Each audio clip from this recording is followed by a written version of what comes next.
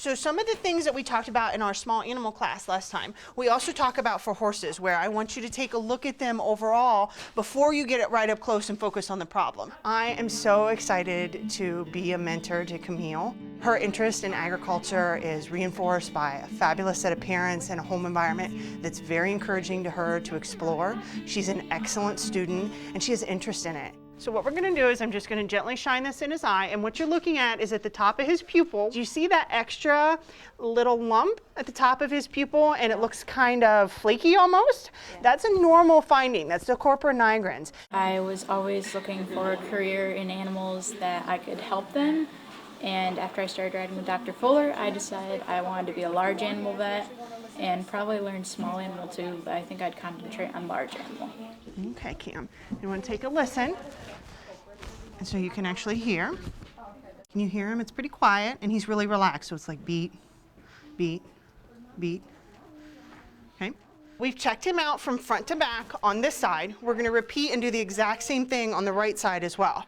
And then you can compare, and then you start doing some of the more finer parts of the physical exam. I grew up in the 4-H and FFA programs, and those organizations are a great contribution to where I'm at today.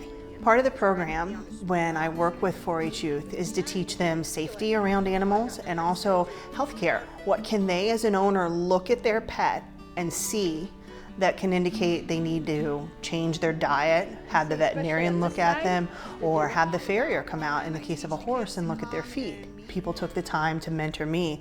I also would like to return that.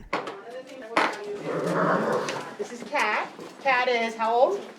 26. Kat had a little bit of hay or grain that was in there with her, and she doesn't want any debris in there so she can actually get a good look in her mouth. Do you know how horses usually chew? Do they chew like you guys? No. How do they usually chew? They chew like Yep. So their teeth have to be really flat. And sometimes what happens is you get like points in the front or points in the back or on either side. So we need to go in there and see if everything's flat or not. In a rural county, many of my kids in my 4-H and FFA classes come from a farm.